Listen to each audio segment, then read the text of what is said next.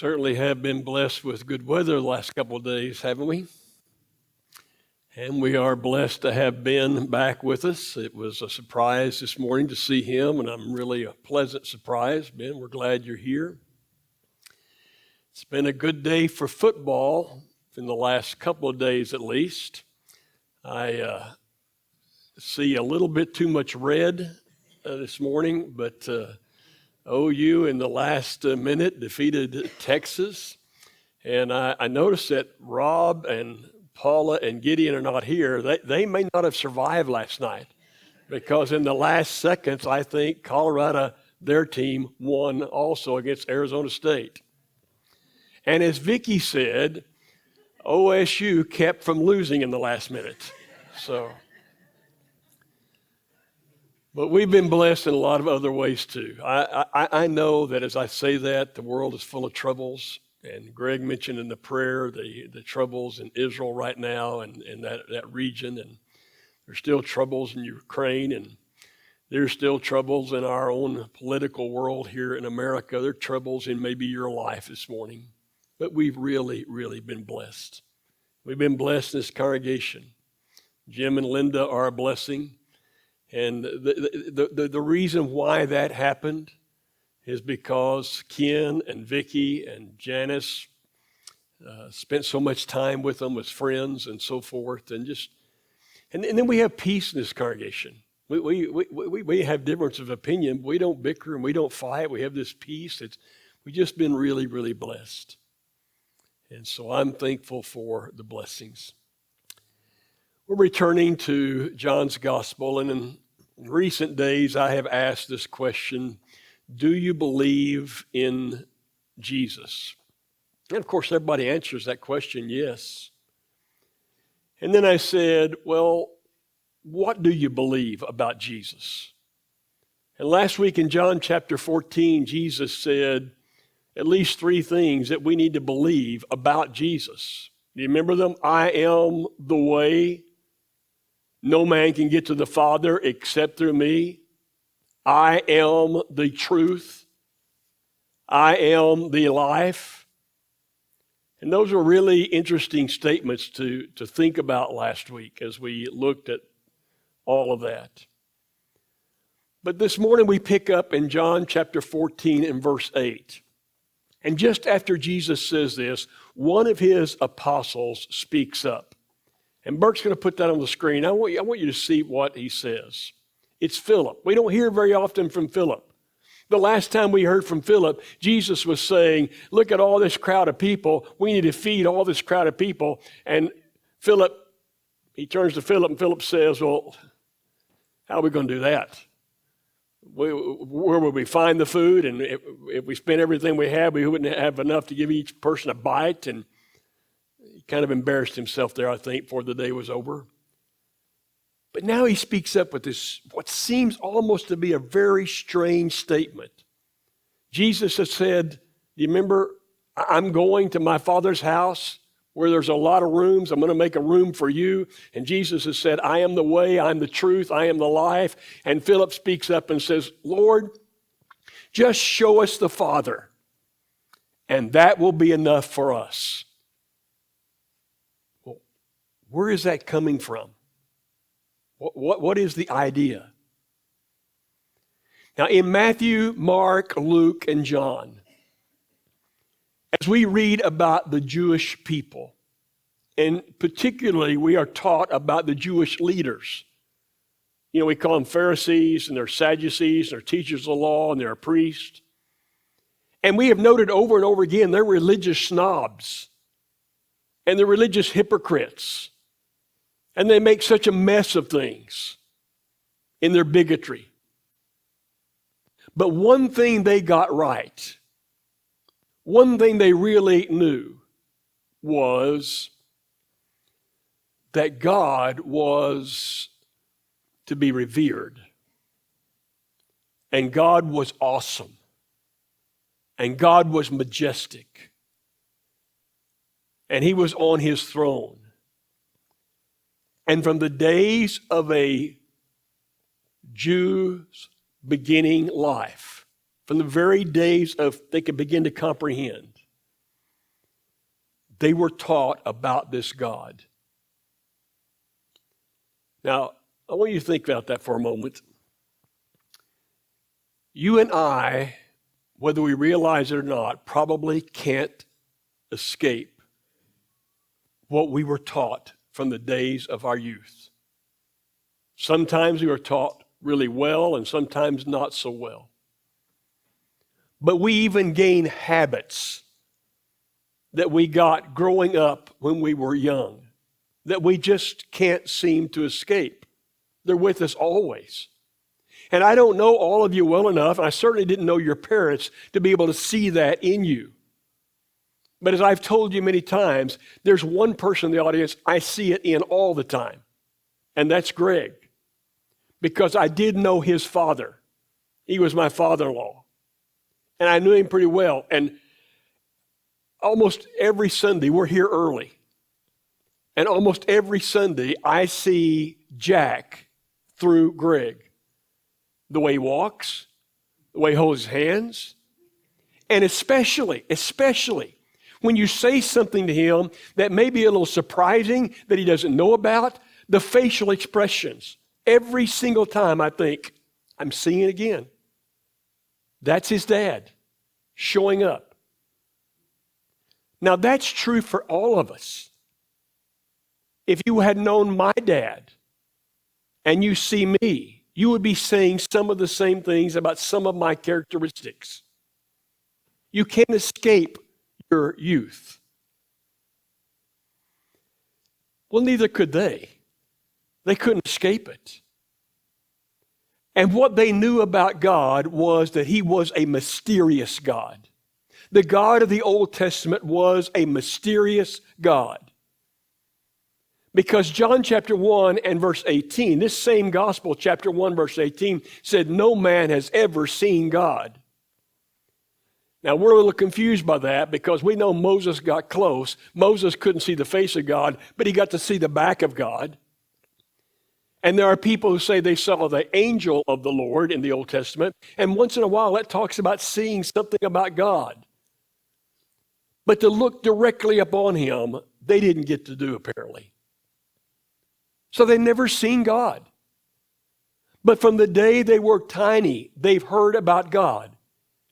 And they've heard these magnificent things about God.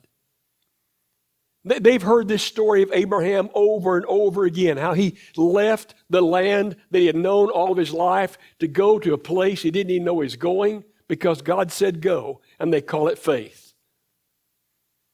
And they had heard that after all those years of waiting, when he's somewhere around 100 years old, God gives he and his wife Sarah a child named Isaac. And they had heard how that after a while, after the boy was a teenager or so, God told Abraham to go to a mountain and to offer that boy as a sacrifice. And Abraham, by faith, was going to do it, but God stayed his hand. They heard all that. And they knew about Esau, and they knew about Jacob, and they knew about 12 sons of Jacob, and they knew about Joseph really well, and they knew about Joseph going to Egypt and living in a prison and coming out of that prison and being a ruler over Egypt. And they knew that Joseph died and that Pharaoh died and all their people became slaves for hundreds and hundreds of years.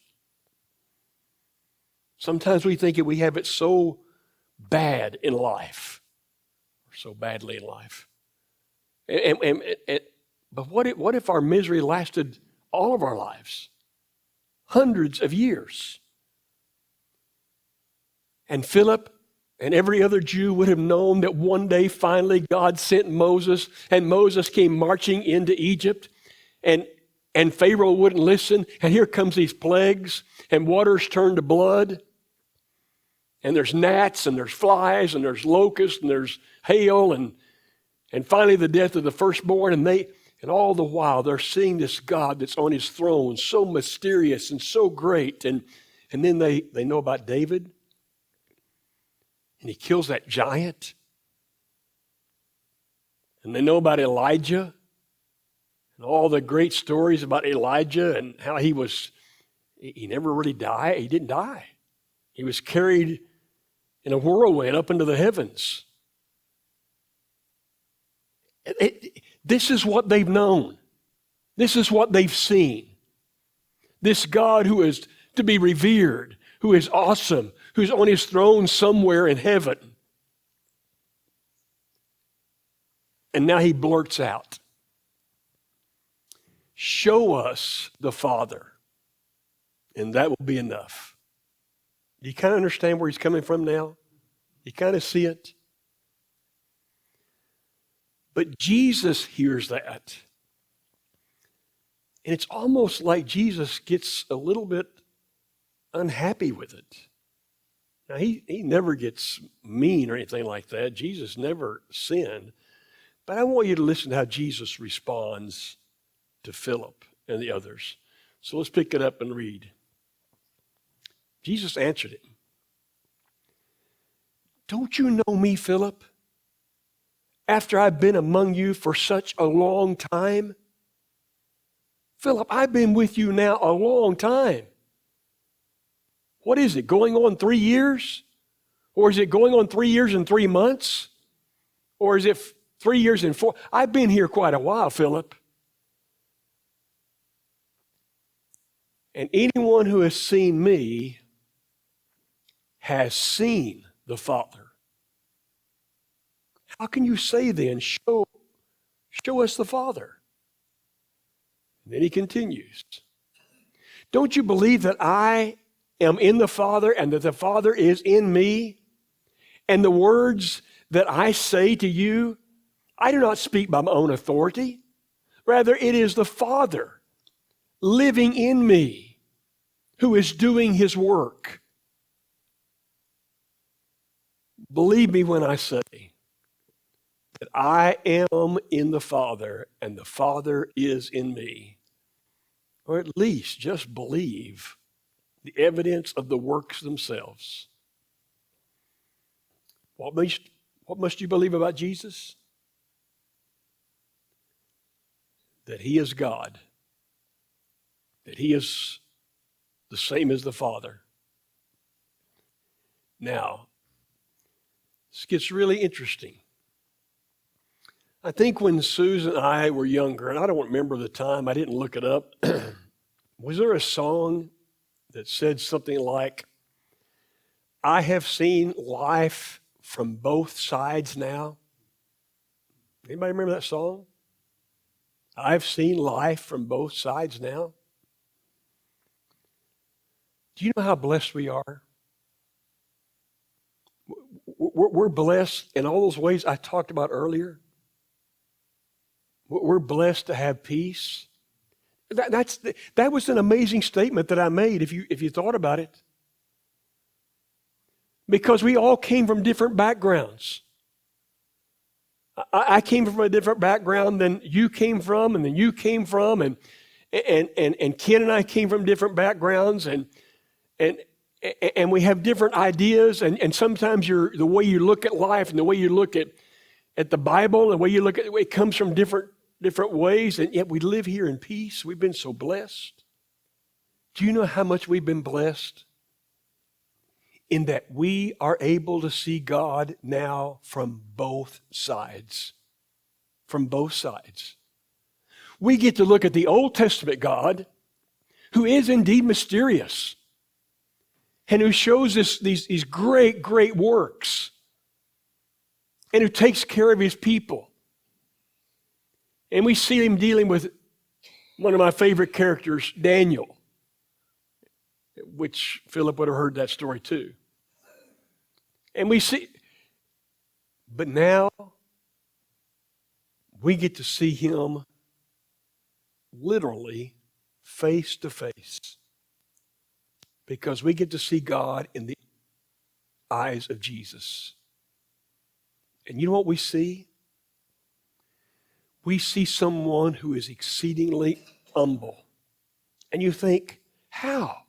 How can you be humble when you created the world? How can you be humble when you can say anything you want to say and it happens?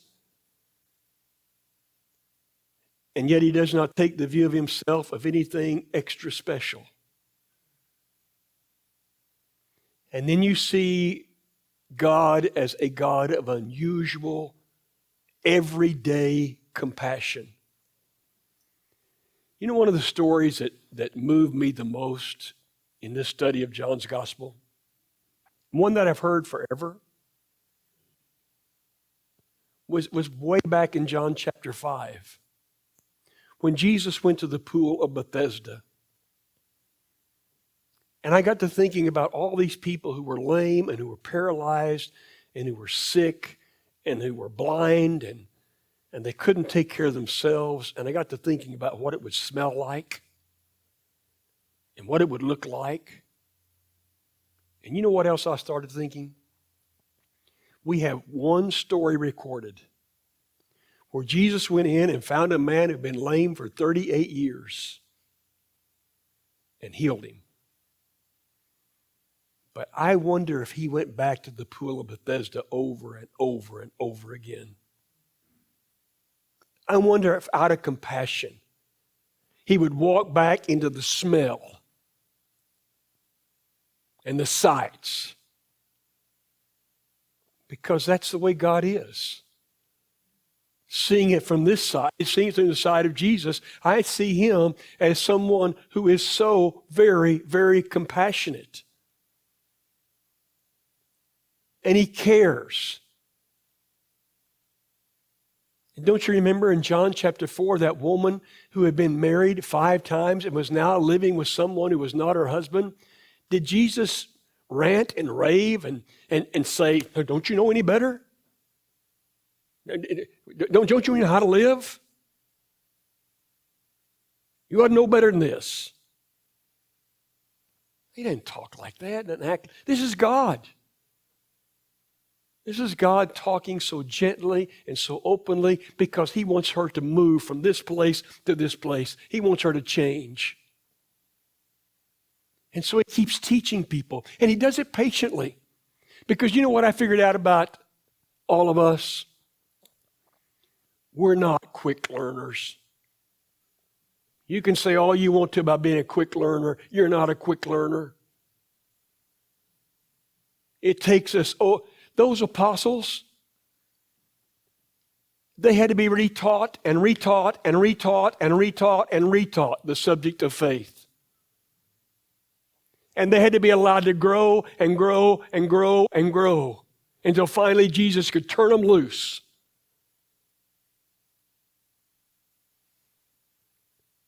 But he would teach them so patiently. And that's God. That's this majestic, awesome God that's to be revered, the God that's to be respected, the God who is holy, is patient and compassionate and humble and so much wants all of us to be with him. And so this picture of God is one who will go to a death of a cross and die. So that we might have what we have this morning. What I say, we're blessed. We're really blessed. And what Jesus is saying to Philip is, Philip, I know how you grew up. I know the view you have of God. But I've been with you now all this time. Take a look.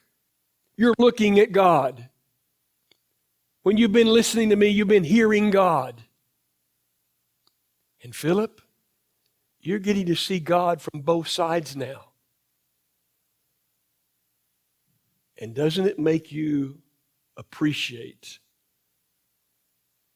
the God who didn't have to do anything for any of us? Didn't have to make us. Didn't have to make this universe. Got all that he needs anyway.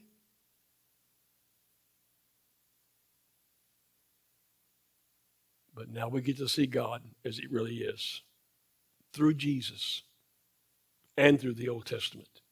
And put them all together. And why wouldn't you want to be on his side and have him on your side? Why wouldn't you want to be in his family? Interesting question. You know the only reason people don't? Because Satan is continually polluting our minds over and over again to make us think we don't need him. When, oh my, how we need him.